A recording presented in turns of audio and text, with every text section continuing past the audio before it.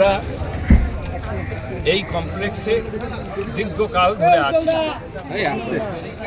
রাজনীতিতে তিনি যে কেন্দ্রবিন্দুতে ছিলেন, আমি সেই কেন্দ্রবিন্দুতে ছিলাম। আমার মনে আছে বাংলার মুখ্যমন্ত্রী, মোবাইলটা নামাও, আমি বাংলা বন্ধের ডাক দিয়েছি, কিন্তু তার সঙ্গে আমার কখনো রাজনৈতিক তিক্ততা তৈরি হয়নি। তার সঙ্গে যখন কথা হতো অত্যন্ত স্পষ্ট, সুন্দর, সৌজন্যতা রক্ষা করেই কথা হতো। একটা সামাজিক বন্ধুত্ব আমাদের মধ্যে ছিল এবং সামাজিক বন্ধুত্বটা কখনো আমরা ভাঙতে দিইনি, উনিও ভাঙেননি, আমরাও ভাঙিনি।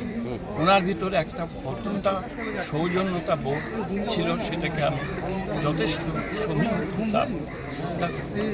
তার মৃত্যুতে আমি মনে করি বাংলার রাজনীতির ক্ষেত্রে একটা বড় সমস্যা।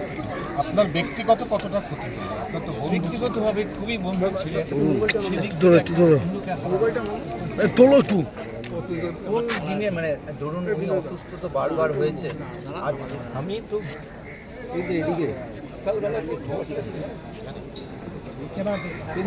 কোভিডের সময় উনি যখন ফেরোতে তখন আমার মনে হয়েছিল যে উনি হয়তো আরও বেশ কিছুদিন বেঁচে কারণ ওই পিরিয়ড থেকে উনি যাই হোক সময় হয়েছে।